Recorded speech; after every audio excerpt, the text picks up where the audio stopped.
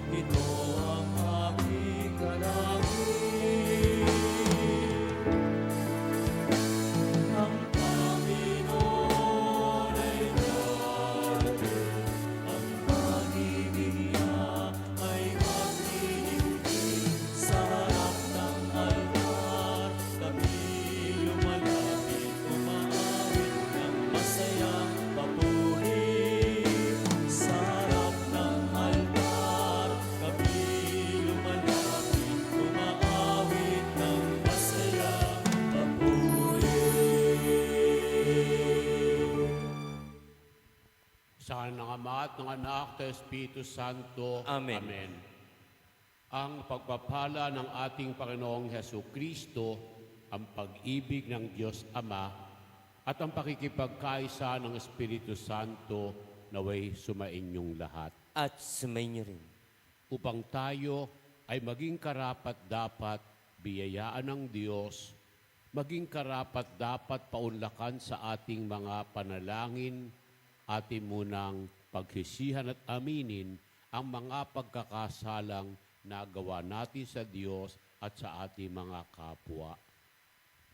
Inaamin ko Sa makapangyarihang Diyos at sa inyong mga kapatid, na luba akong nagkasala sa isip, sa salita at sa gawa, at sa aking pagkukulang. Kaya isinasamo ko sa mahal na Birheng Maria, sa lahat ng mga anghel at mga banal, at sa inyong mga kapatid, na ako'y panalangin sa Panginoong ating Diyos. kaawaan tayo na makapangyarihang Diyos, patawarin sa ating mga kasalanan at patnubayan tayo sa buhay na walang hanggan. Amen.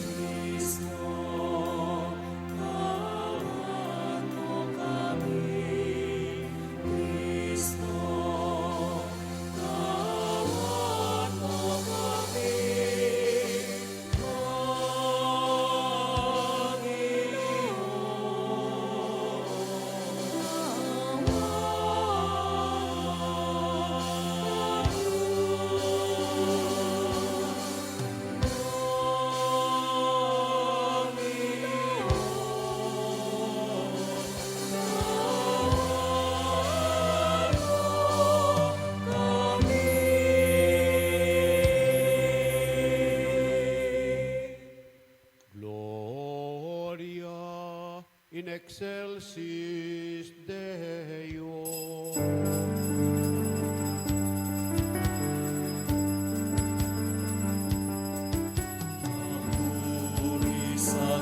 Sa kaitaasan at sa lupa'y kapayapaan sa mga taong may mabuting kalooban. Pinupuri ka namin,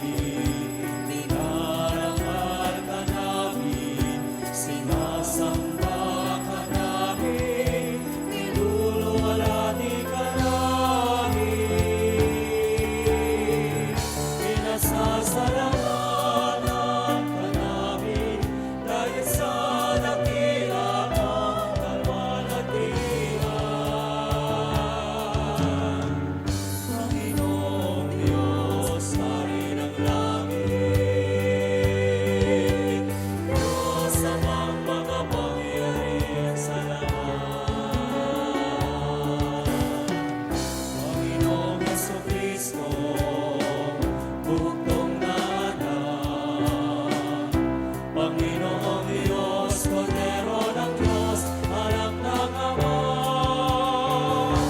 Ikaw na nag-aalis ng mga kasalanan ng sanlibutan, maawa ka sa amin.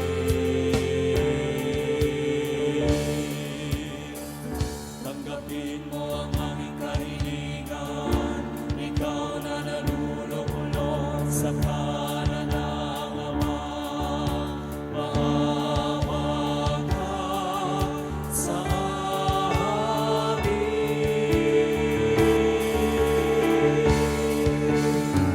Sapagkat ikaw lamang ang banal,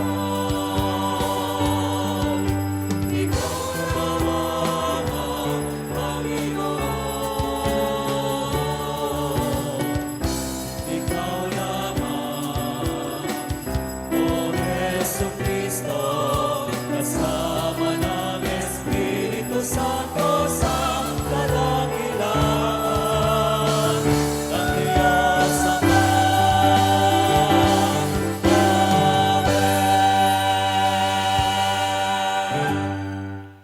Manalangin tayo. Ama naming makapangyarihan, ang maibigin mong paglingap ay siya nawang mauna at sumubaybay sa amin upang manatili kaming nananabik sa pagdating ng iyong anak. Makamtanawa namin ang iyong pagtataguyod araw-araw at ang kaganapan ng lahat ng ito sa piling mo kailanman. Sa magitan ni Jesucristo, kasama ng Espiritu Santo, magpasawalang hanggan. Amen. Uupo po ang lahat. Sa unang pagbasa, matutunghayan natin ang pangakong gagawing pagliligtas ng Panginoon sa mga matuwid at makatarungan, sa mga buong pusong naglilingkod at higit sa lahat sa mga tapat sa tipan. Ang salita ng Diyos mula sa aklat ni Propeta Isaías. Ang sabi ng Panginoon sa kanyang bayan, ayon sa katarungan at laging matuwid ang inyong gagawin. Ang pagliligtas ko'y di na magluluwat, ito ay darating.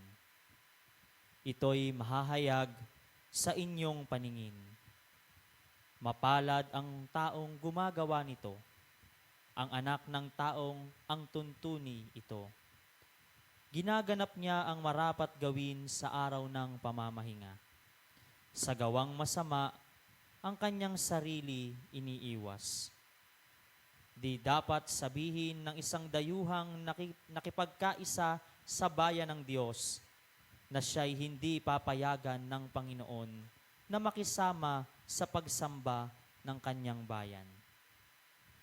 Sa mga dating dayuhan na ngayoy kabilang sa kanyang bayan, buong pusong naglilingkod sa kanya, nangingilin sa araw ng pamamahinga at matapat na nag-iingat sa kanyang tipan. Dadalhin ko kayo sa Sion, sa aking banal na bundok. Ipadarama ko sa inyo ang kagalakan sa aking templo. Tatanggapin ko ang inyong mga handog at ang templo ko'y tatawaging bahay dalanginan ng lahat ng bansa. Ipinangako pa ng Panginoon sa mga Israelitang ibinalik niya mula sa pagkakatapon na marami pa siyang isasama sa kanila para mapabilang sa kanyang bayan. Ang salita ng Diyos. Salamat sa Diyos.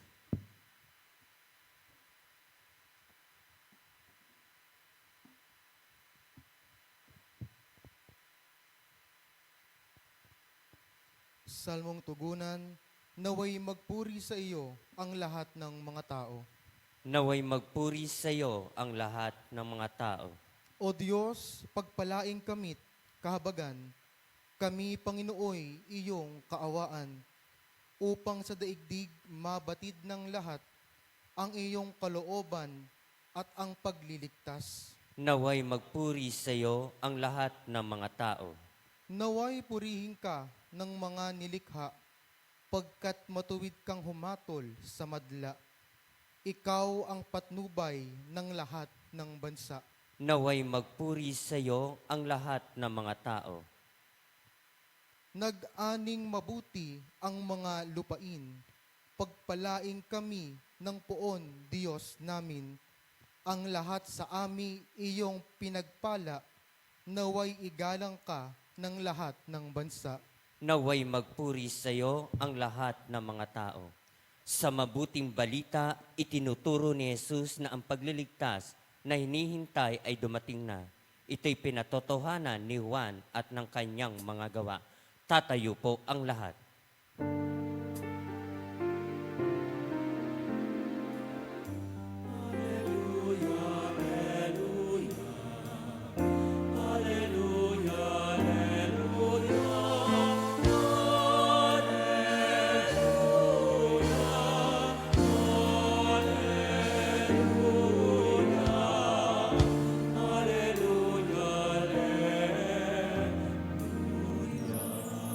Halina't kami dalawin, kapayapaan mo'y dalhin, upang umiral sa amin.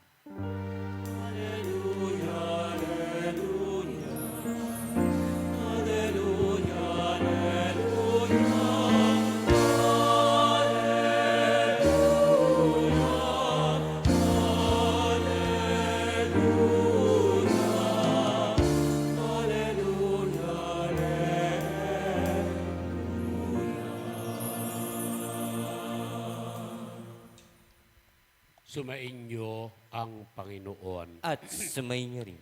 Ang mabuting balita ng Panginoon ayon kay San Juan. Papuri sa iyo, Panginoon. Noong panahong iyon, sinabi ni Jesus sa mga Hudyo, "Nagpasugo kayo kay Juan at nagpatotoo siya tungkol sa katotohanan. Hindi sa kailangan kong patotoo ng tao. Sinasabi ko lamang ito para maligtas kayo. Si Juan ay parang maningas na ilaw na nagliliwanag noon at kayo sandaling nasiyahan sa kanyang liwanag. Ngunit may patotoo tungkol sa akin na higit sa patotoo ni Juan. Ang mga gawang pinagagawa sa akin ng Ama, ang siya ko namang ginaganap. Yan ang nagpapatotoo na ako ay sinugo niya." Ang mabuting balita ng Panginoon.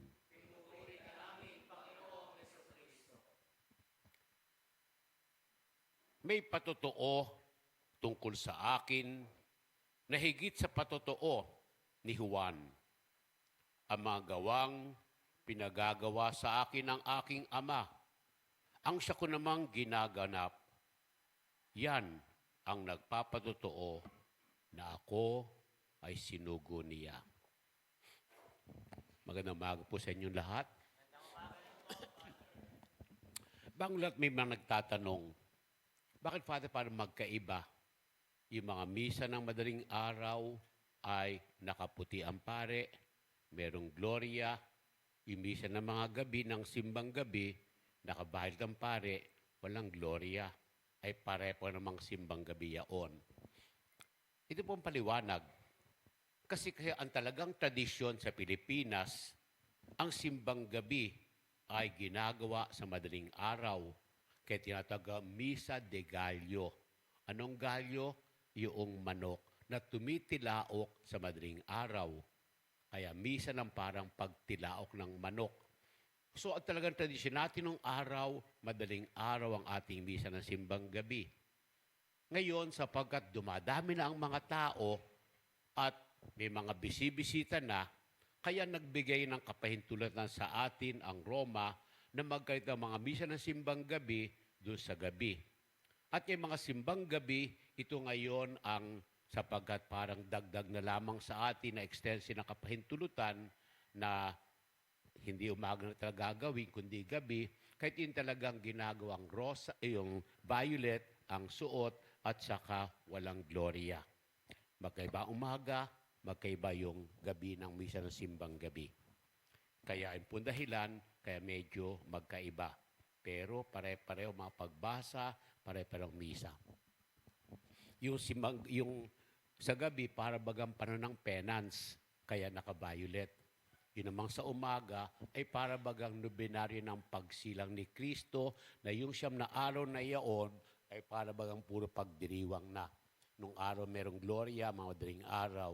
Ngayon nadagdagang gabi na nung unay may gloria, ngayon po itinama ng simbahan. Ngayon, dumako tayo sa ating ebanghelyo. Merong isang lalaking namatay. Pagdating sa langit, nagtataka siya. San Pedro, bakit ba napakaraming mga relo ang nagsabit dito sa langit? Milyong-milyon. Hindi lamang nakasabit, kundi pang mga nandiyan sa mga pader.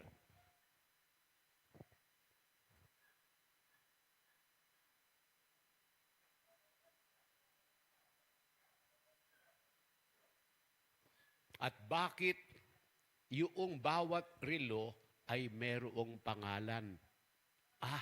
Yan baan niya? Ito ang dahilan. Lahat ng tao na nasa lupa ay may katapat na relo dito sa langit. Kaya yung pangalan nariyan, tinutugunan ng pangalan ng bawat isa na iyon ang katapat na relo. Kaya may pangalan. Bakit ano dahilan niyan? Kasi anya ang mga tao sa lupa, anuman ang pagnanakaw na kanyang gawin, nagnakaw isang beses, iikot ito ng isang beses. Nagnakaw ng 2 beses, iikot ito ng 2 beses.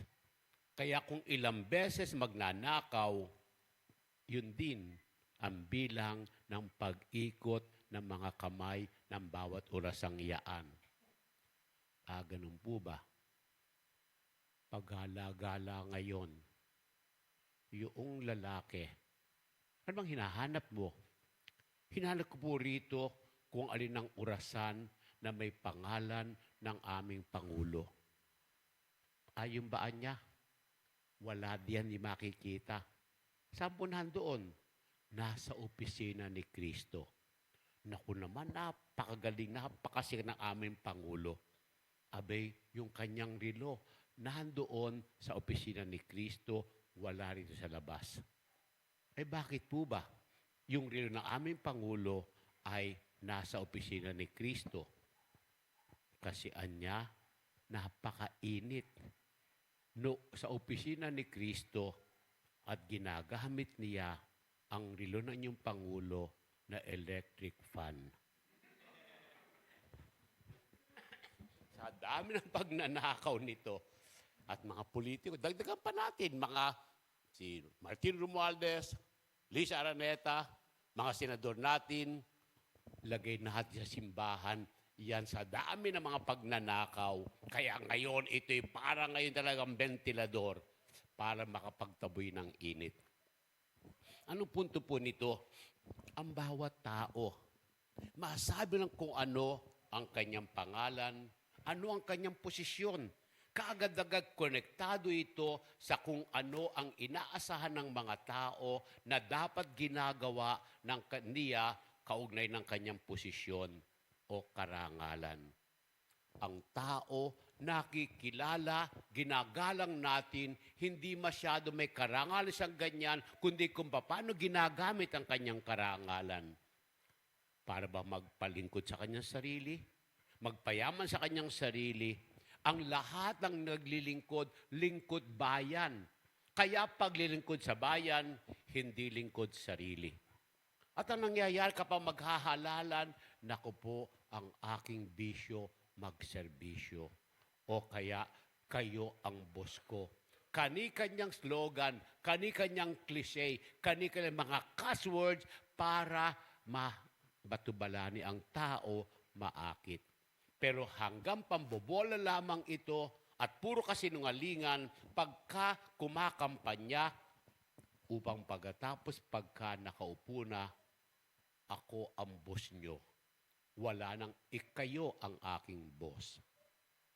Sa ating Ebanghelyo ngayon, may sinabi si Kristo, si Juan Bautista nagpapato sa akin, iyan ang Mesiyas na darating. Sabi nitong si Kristo, hindi masyadong kailangan ko talaga ang patotoo ng tao. Ang mas mahalaga na kapanipaniwala ay ang patotoo ng aking trabaho, ng aking ginagawa na siyang pinagagawa sa akin ng aking Ama. By this shall all men know that you are my disciples if you have love for one another. Si Alexander the Great, isa sa pinakadakilang namuno bilang hari ng isang bansa. Siya ang hari ng Macedonia. At nung kanyang kapanahunan, itong Macedonia naging superpower nung kanyang kapanahunan sa husya ng kanyang pamumuno. Highly respected siya ng kanyang mga sundalo kahit napakalakas ng pwersa ng kanyang military. Lahat ng bansa kanilang digmain natatalo. Ngayon, si Alexander the Great, namamahinga sa isang kampo ang lahat ng kanyang mga sundalo sa isang open fields. Ngayon si Alexander hindi makatulog nung gabing yaon. Naisip niya, mamasyal, magpahangin sa kampo. Abay nakita niya isang tanod niyang sundalo. Naku po, patay ka. Batas ng military na kapag ikaw tanod, bawal na matulog ka sa gabi sapagkat nilalagay mo sa kapahamakan ang iyong mga tinatanuran na mga kapwa na tutulog. Baka malusob kayo at nandiyan ang mga kaaway na hindi nabi ng warning ang matutulog sundalo. Kaya ang parusa sa isang tao at sundalong nagtatanod ay patayin on the spot, maaaring sabuyan sa ng gasolina, sunugin o kaya saksakin o gilitan sa kanyang leeg. Para may katakutan ang mga sundalong nagtatanod. Ay itong sundalong ito nakakatulog. At ang nakahuli pa sa natutulog siya ay ang kanyang hari. Kaya ngayon lumalapit niya si Alexander, nakarinig ng kaluskos, napagising ngayon siya. Naku po, putlang-putlak. Nang makita niya kanyang mismong haring Alexander ang nakahuli sa kanya na siya tutulog. Sabi ni Alexander, Alexander, do you know kung anong parusa sa mga natutulog habang nagtatanod? Opo, kamatayan po. Sundalo, ano ang pangalan mo? Alexander po. Anong pangalan mo? Alexander nga po, totoo. Soldier, either change your name or change your conduct. Alis sa dalawa, magpalit ka ng pangalan. Hindi ka karapat-dapat sa pangalan tinataglay mo sapagkat kahiyang ka bilang isang Alexander. Kaya, either change your name o magbago ka na ng iyong ugali na talagang dapat tumutugon kung paano ako nakikilala sa aking mga prinsipyo, nagtalang pangalan ko, dapat ganyan din ang makita sa iyo. Tayo mga Kristiyano, talaga bang makikita sa atin si Kristo? Kumisan pagka nagtanong tayo, ano bang relihiyon yaon na naglalakad, papunta sila halimbawa doon sa kanilang simbahan.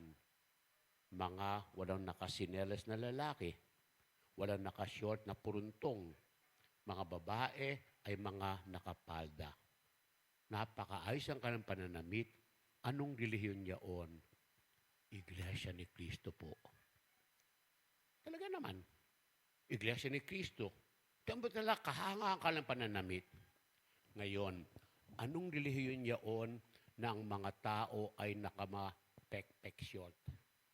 O kaya kita mo na halimbawa ang kanyang singit. O kaya naka-plunging neckline, kita mo ang cleavage. Yung mga lalaki nakasinelas, nakapuruntong. Anong relihiyon yun? Katoliko po. Nangangahulugan kung anong inaasahan sa atin, kabaliktaran ang nakikita. Paano makakaakit ng mga tao? Pagka dapat isinasabuhay natin kasamang ating external na dress code bilang paggalang halimbawa sa Diyos kung hindi nakikita ang ganyang uri ng paggalang. Mayroon pong tatlong pare. Merong isang village sa Africa. Ang mga tao dito, puro bingi. Kaya yung obispo na sumasakop sa kanila, gusto ma-convert ang village na ito to Christianity. Ngayon, magpadala ng misyonero.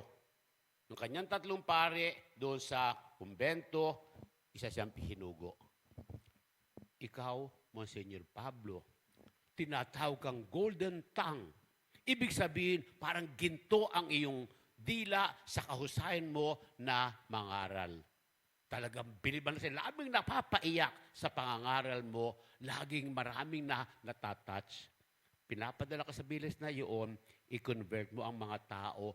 Gamit mo ang kahusayan mo sa pangangaral pagsasermon. Opo, Bishop. Pagkatapos ng tatlong araw, nagbalik si Monsignor Pablo. Naku po, Bishop, wala pong silbi ang aking kahusayan sa pagsasermon sapagkat mga bingi nga palang naroroon. Wala silang naririnig. Paano sa pagbabago? Ayong bumalik doon. Wala pong mangyayari. Okay, naintindihan kita. Lapit ngayon sa pangalawa niyang pare, Monsignor Benedicto.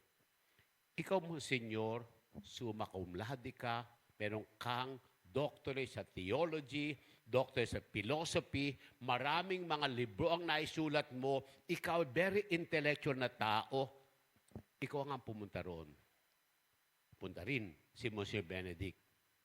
Pagbalik, 3 araw, nagbalik. Hindi ko po kaya.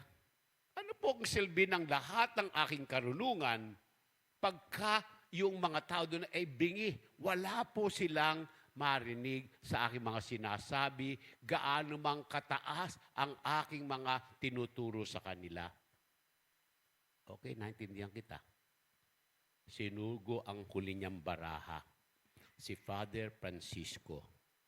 Father, kung lang natitira, sige na, gawin mo lahat, magagawa mo doon. Tinatawag kang Father Francisco, ang tahimik na tao. So, niasa ng obispo, magagawa ito. At least may kasama na tao, pari doon.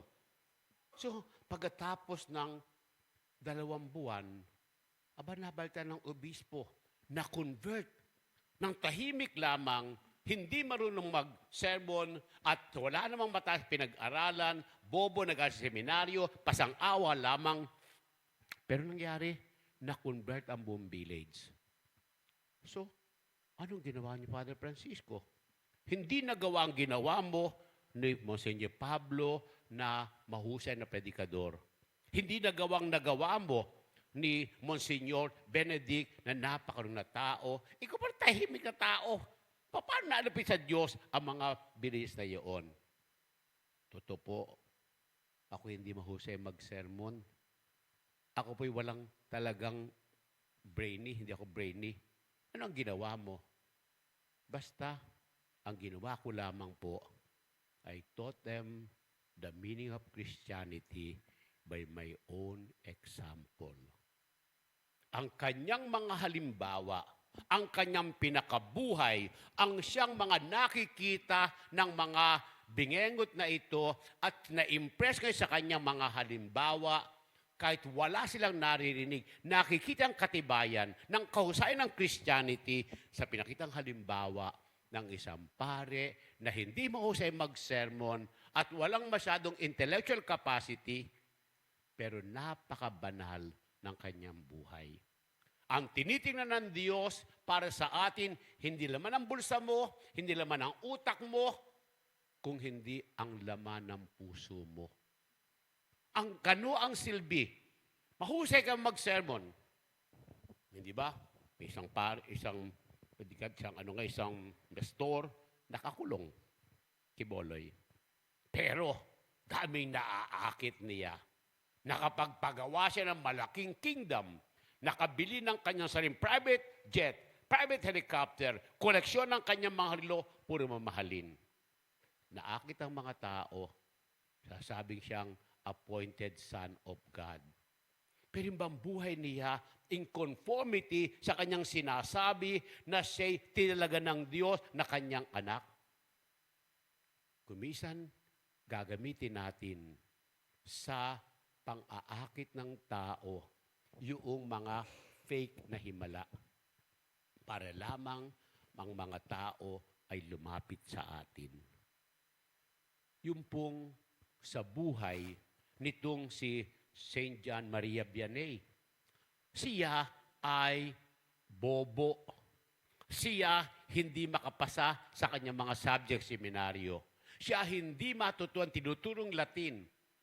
Pero may isang pari na awa sa kanya, nag-mentor sa kanya para bawat subject maipasan niya pero pasang awa. Nang sinasuling taon na ngayon sa seminaryo, nag-uusap ngayon ang mga profesor. Lagi ba natin pari ito? Napakabobo. Baka may magkalat lamang pagkapari na.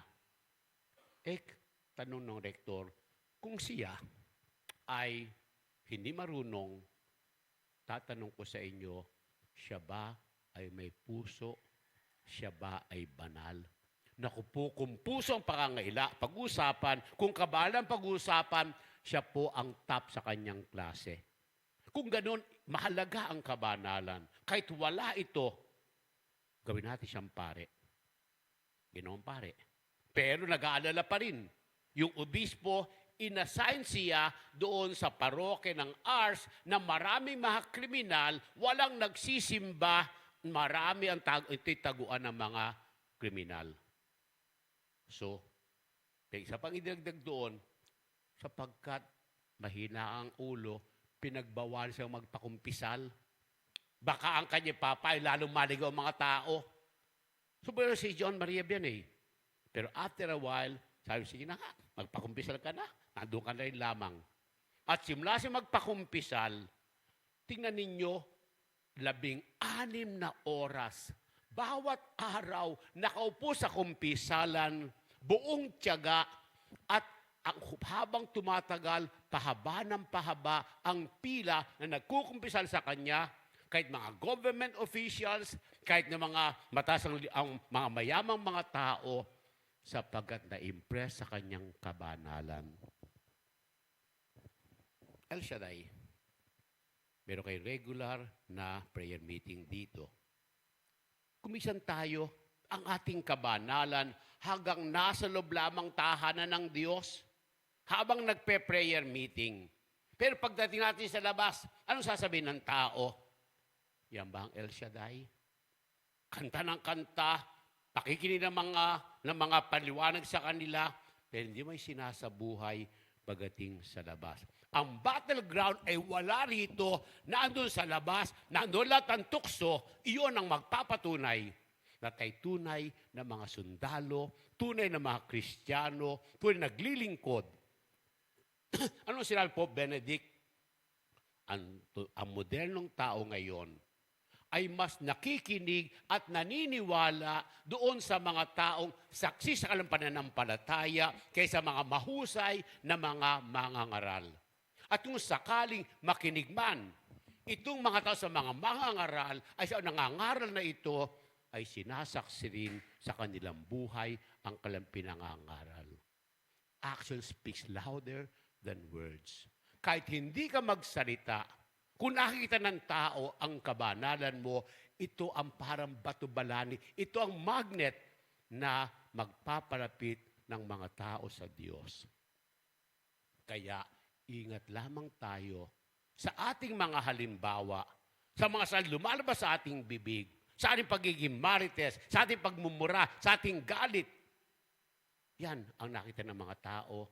At katulad halimbawa, anong pangalan mo? Alexander po. Sino ka? Nag-El Shaddai po. Sa buhay natin, ang magagandang natutuhan natin, sa ating mga prayer meeting.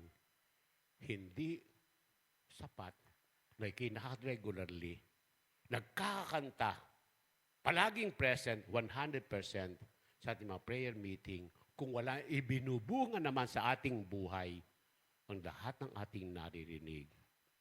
Sabi ni Kristo, meron akong patotoo na talagang patotoo na ako ang anak ng Diyos. Hindi si Juan Bautista, hindi ko kala sinumang tao. Ang aking gawa, ang aking gawa ng pagmamahal, ang aking gawa ng awa, ang aking gawa ng pagkapatawad, ito ang nagpapatunay sa akin na ako'y tunay na anak ng Diyos. Tunay na Kristiyano nga kayo, patunayan ninyo sa inyong gawa. Sa kanan ng Ama, Anak, Espiritu Santo, Amen. Panalangin ng bayan. Dumating si Juan Bautista upang magpatotoo sa katotohanan. Hiligin natin sa Ama na tayo tumulat sa Kanya.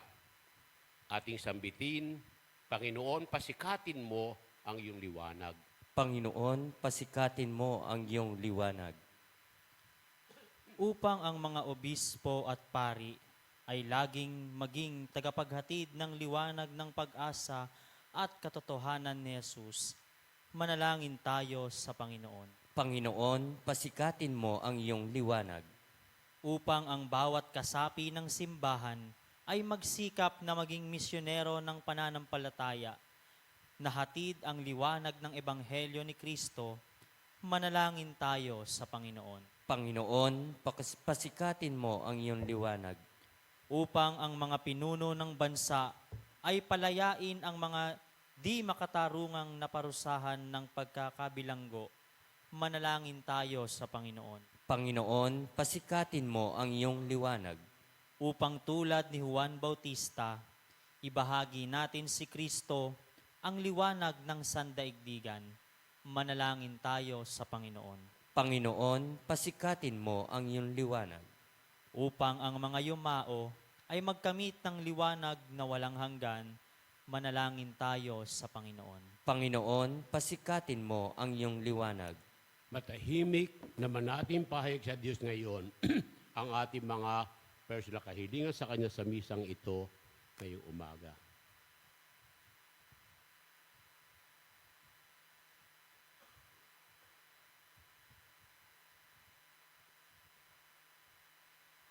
Amang maawain, binubusog mo ng kamabubuting bagay ang mga nagugutom.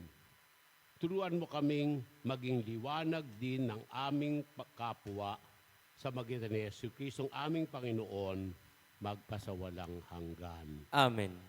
Pag-aalay.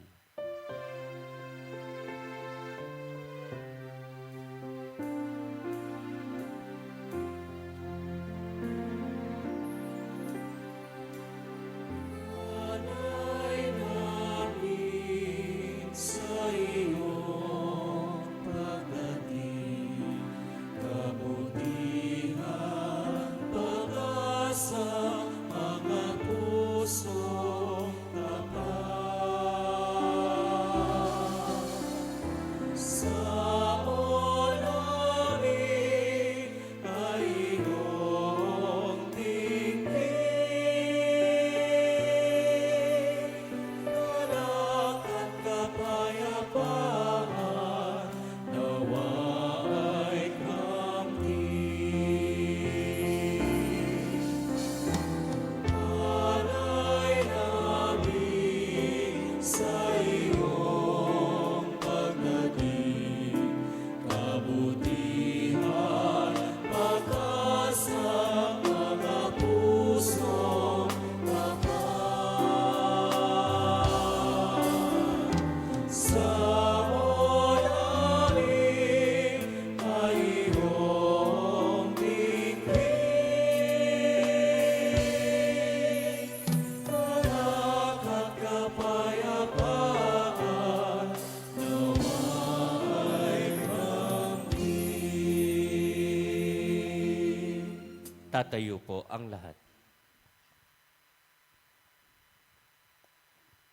Manalangin tayo mga kapatid upang itong ating sakripisyo ay maging handog na kalugod-lugod sa Diyos amang makapangyarihan. Tanggapin nawa ng Panginoon itong sakripisyo sa iyong mga kamay, sa kapurihan niya at karangalan sa ating kapakinabangan at sa buong sambayanan niyang banal.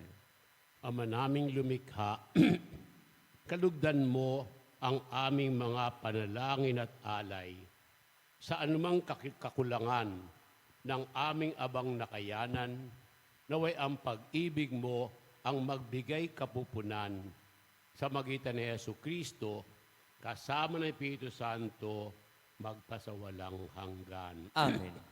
Sumainyo ang Panginoon. At sumainyo Itaas rin. sa Diyos ang inyong puso at diwa. Itinaas na namin sa Panginoon. Pasalamatan natin ang Panginoon ating Diyos. Marapat na siya ay pasalamatan. Ama naming makapangyarihan, tunay ngang marapat na ikaw ay aming pasalamatan sa magitan ni Jesucristo ang aming Panginoon. Sa isinugo mo upang matupad ang iyong magandang balak para sa lahat. Hindi kinayang mamuhay ng mahirap upang mapakisamahan niya kaming matapat. Siya'y naging hindi na iba sa amin upang maitampok niya kami sa iyong piling. Sa kanyang lantarang muling pagdating, ang pakikisama niya ay puspusang magniningning at ang pangako niyang kapanapanabik ay nasa naming lubos na makakamit. Kahit kaysa ng mga anghel na nagsisiawit ng papuri sa iyo nang walang humpay sa kalangitan, kami nagbubunyi sa iyong kadakilaan. Santo, Santo, Santo, Panginoong Diyos ng mga mundo, napupuno ang langit at lupa ng kadakilaan mo. Hosana sa kaitaasan, pinagpalang na pag-ibig mo sa ngalan ng Panginoon. Hosana sa kaitaasan. Luluhod ko ang lahat. Ama naming banal, ikaw ang bukalang lahat ng kabanalan. Kahit sa pamamagitan ng iyong spiritu'y gawin mong banal ang mga kaloob na ito upang para sa amin ay maging katawan at dugo ng anak mong si Jesucristong Panginoon namin. Bago niya pinagtiis ang kusan loob na maging handog, hinawakan niya ang tinapay. Nagpasalamat sa iyo, hinati yaon, at iniyabot sa kanyang mga alagad at sinabi, tanggapin ninyong lahat ito at kanin. Ito ang aking katawan na hahandog para sa inyo.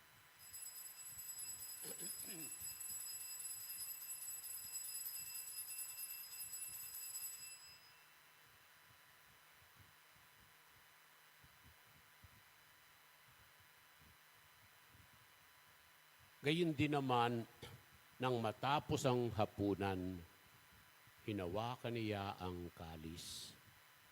Muling nagpasalamat sa iyo, iniabot iyon sa kanyang mga alagad at sinabi, tanggapin ninyong lahat ito at inumin.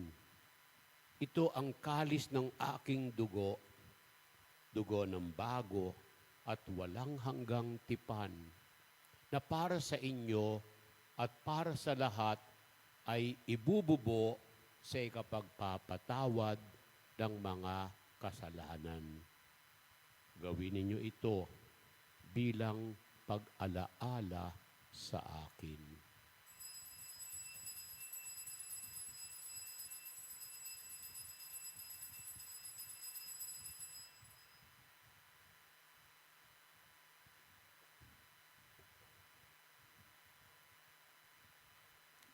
Ipagbunyi natin ang misteryo ng ating pananampalataya.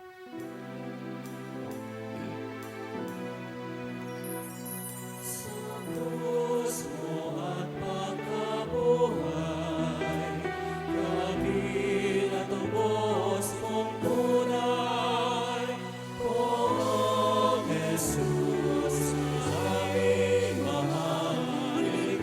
mo kami tagat. Poong Jesus, aming mahal, ngayon at magpapakailanman. Kaya, Ama, ginagawa namin ngayon ang pag-alaala sa pagkamatay at muling pagkabuhay ng iyong anak. Kaya't iniaalay namin sa iyo ang tinapay na nagbibigay buhay at ang kalis na nagkakaloob ng kaligtasan. Kami nagpapasalamat sa iyo sapagkat minarapat mo kaming tumayo sa harapan mo para maglingkod sa iyo. Isinasamo namin kaming magsasalo-salo sa katawan at dugo ni Kristo ay mabuklod sa pagkakaisa sa pamamagitan ng Espiritu Santo. Ama, lingapin mo ang iyong simbahang laganap sa buong daigdig. Puspusin mo kami sa pag-ibig. Kaisa ni Francisco na aming Papa, ni Dennis na aming Obispo, lahat ng Obispo at Pari, at ang tanang tinubos na iyong anak. Alalahanin mo rin ang aming mga kapatid na nahimlay nang may pag-asang sila'y muling mabubuhay, gayon din ang lahat ng ibang mga pumanaw. Kaawaan mo sila at patuloyin mo na sa iyong piling sa langit. Alalahanin mo sana, Panginoon, at patuloy na pinagpapala at pinaulak na tayong kahilingan ng aming mga kapatid-ari na misang ito upang magpasalamat sa iyo sa mga biyayang kanilang tinanggap. Sina Sister Carmen, Romeo, Esther and family, Pedro, Dimla and family, Norma, Miro and family, Darwin Bautista and family, Reynaldo Melyari and family, Flor Enriquez and family, Marian Enrile and family, ang Bulacan Worship Team, birthday celebrator na Lovely Ann Resurrection. Sinasama rin sa misang ito, Panginoon, ang lahat ng mga likod narito ngayon na hindi man habang ng pangangailangan nila at ang kanilang pangalan, ay batid mo kung ano ang kanang hinihiling sa iyo na sinasama namin sa misang ito upang lahat kami, hindi lamang pangalang nabanggit, kundi kahit yung mga hindi nabanggit, ay pakinggan mo, paunlakan sa mga lahat naming kahilingan.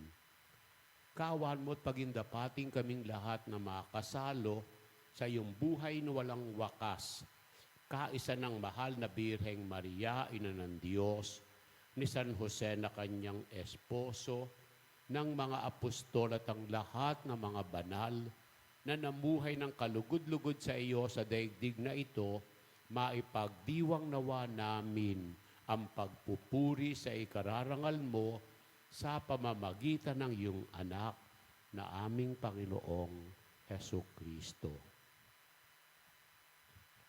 Sa pamamagitan ni Kristo, kasama niya at sa Kanya ang lahat ng parangal at papuri sa iyo, Diyos Amang makapangyarihan, kasama ng Espiritu Santo, magpasawalang hanggan.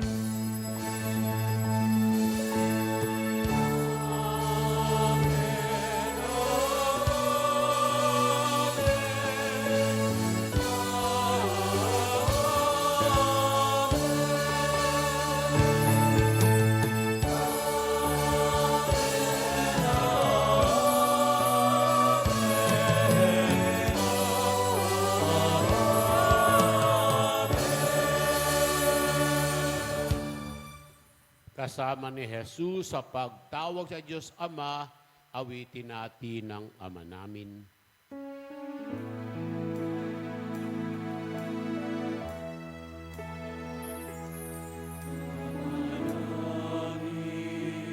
Sumasalangit ka, sambahin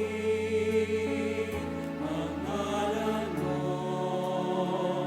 mapasa amin ang kaharian mo,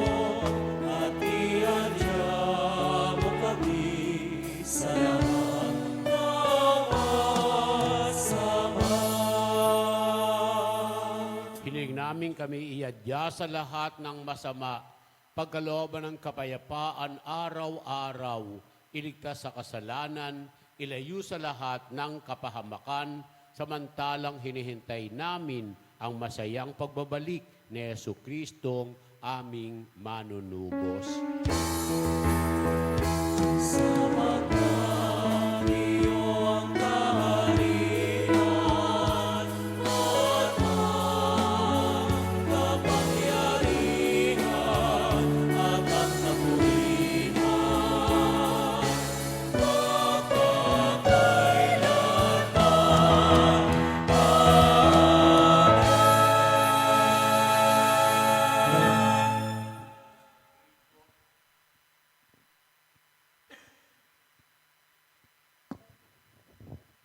Sinabi sa mga apostol, kapayapaan ang iniiwan ko sa inyo, aking kapayapaan ang binibigay ko sa inyo. Tunghayan mo ang aming pananampalataya at huwag ang aming mga pagkakasala. Pagkalooban mo kami ng kapayapaan at pagkakaisa ayon sa iyong kalooban, kasama ng Espiritu Santo, magpasawalang hanggan. Amen. Ang kapayapaan ng Panginoon ay lagi nawang sumainyo. At sumairi. Nasanay na tayo sa walang kwentang pagbabatian na yukuan sa isa't isa. Sinasabing Mass is celebration of life. Ibig sabihin, yung ginagawa sa labas ng misa na magandang pagbabatian, hindi man yukuan, mga babae, nagbebeso-beso, kamayan o pagyayakpan ng mga lalaki, pagmano sa matatanda, si Mr. halikan si Mrs. Ito ang gawin naman natin ngayon para maging makahulong ating pagbabatian. Hindi arigato, arigato, arigato, arigato. So, alin po dito ang ating gawin? Walang magyuyukuan. Babatukan ko ang magyuyukuan. Sige po, magbatian po kayo.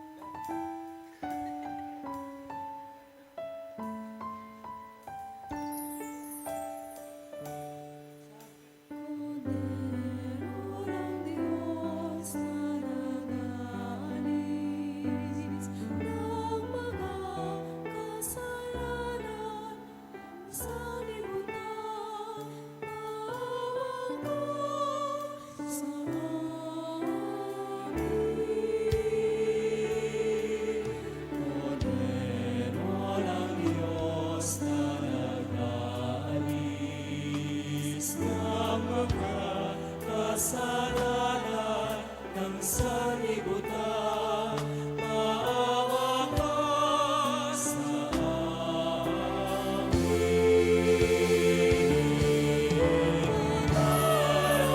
Cordero ng Diyos, alis ng mga kasalanan ng sanlibutan,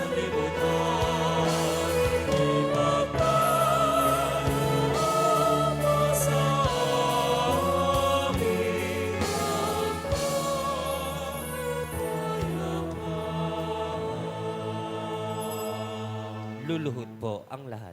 Ang pakikinabang ng katawan at dugo mo, Panginoong Hesukristo, ay wag nawang magdulot ng paghuhukom at parusa sa mga kasalahanang nagagawa namin sa iyo, bagkus alang-alang sa iyong dakilang pag-ibig, naway matanggap namin ang pagkupkupo sa amin at kaloob mong lunas.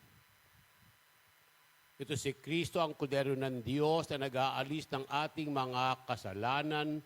Tanggapin natin siya sa kanyang banal na piging. Panginoon, hindi ako karapat-dapat na magpatuloy sa iyo.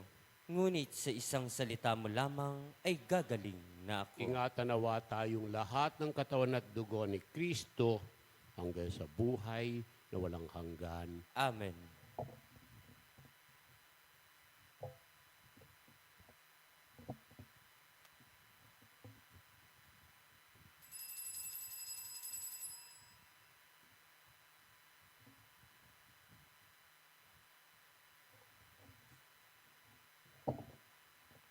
ang inyong tatanggapin na komunyon ay parehong katawan at dugo ni Kristo. Iabot ko sa inyo ang kanyang katawan ay sahok ninyo sa kanyang dugo at pagkatapos isubo sa inyong sarili. Kung sakasakali pong ang inyong dulong daliri ay matats ang dugo ni Kristo at mabasa, pakisip-sip lamang po ninyo yung dulong daliri ko sa atin nasayad doon sa dugo ni Kristo.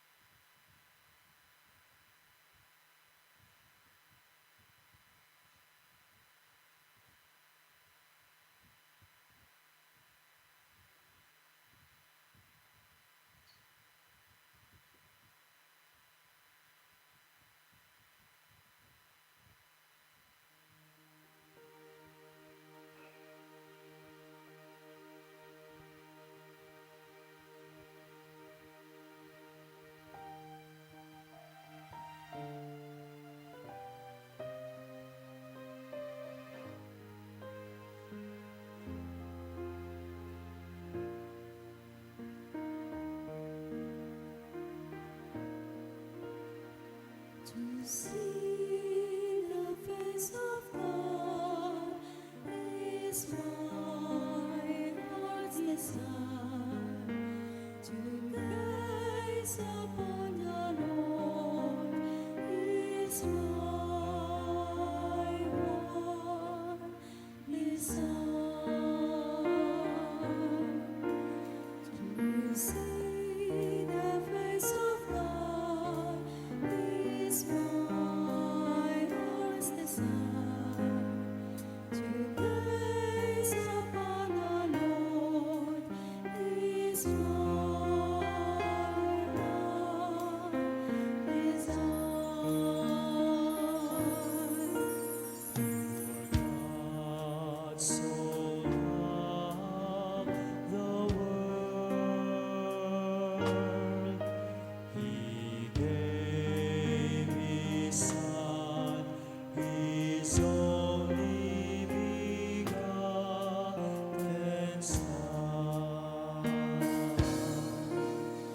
To see the face of God is my heart's desire.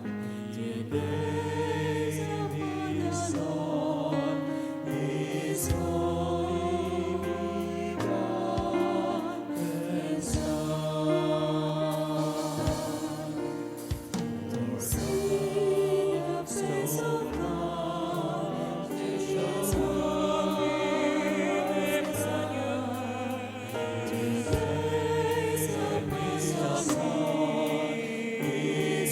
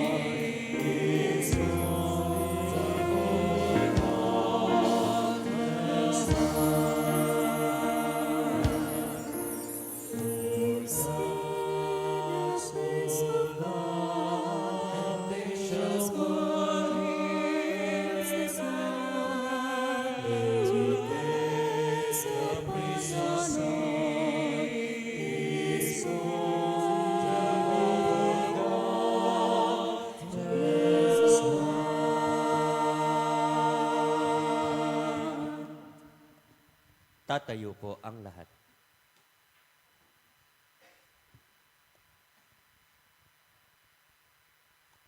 Maraming napansin niyo pagkatapos ng komunyon ay pinahiran yung ibaba kasi nga po may mga pumatak na dugo ni Kristo na sagrado po yaon kaya dapat ay mapunasan at hindi matapakan pagkatapos. So dapat sa susunod po natin, pagka sinok ninyo, itaas kagad ang ostya, suportahan ang inyong kaliwang kamay para tumulo man ay masalo ng kanyang kaliwang kamay. Kung tumulo, ilaan po ninyo yaon sapagkat tinisagradong dugo ni Kristo. Sa susunod po yan bukas. Manalangin tayo. Ama naming mapagmahal, kaming pinapakinabang mo sa iyong banal na salo-salo ay turuan mong kumilala sa layunin ng iyong mga nilikhang bagay na dapat naming gamitin upang kami sumapit sa iyong piling sa magitan ni Jesucristo kasama ng Espiritu Santo magpasawalang hanggan. Amen. Bago po igawad sa atin ang huling pagbabasbas, ating pong pasalamatan at papurihan ang ating Panginoong Yahweh El Shaddai. Palapakan po natin ang ating Panginoon. At atin din po pasalamatan ang naging punong tagapagdiwang Reverend Father Abelino Santos. Maraming pong salamat, Father. At ang kulay po natin bukas, color coding, violet. Ayan.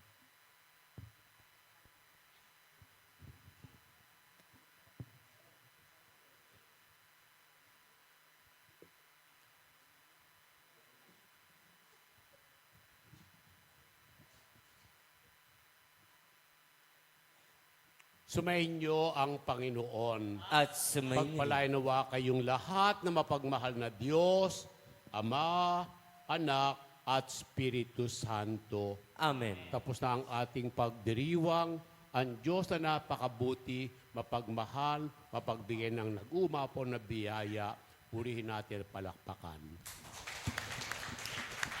Salamat sa Diyos.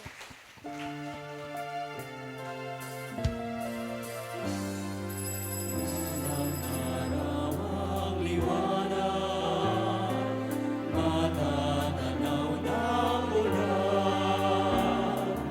Ang kagandahan ng umaga, magmamasdan sa tuwina.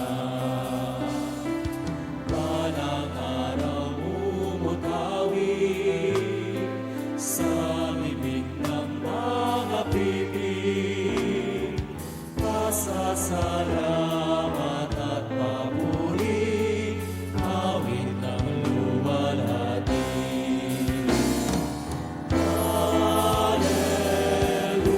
Alleluia, Alleluia. Darating ang manunubos, luwalhatiin ang Diyos.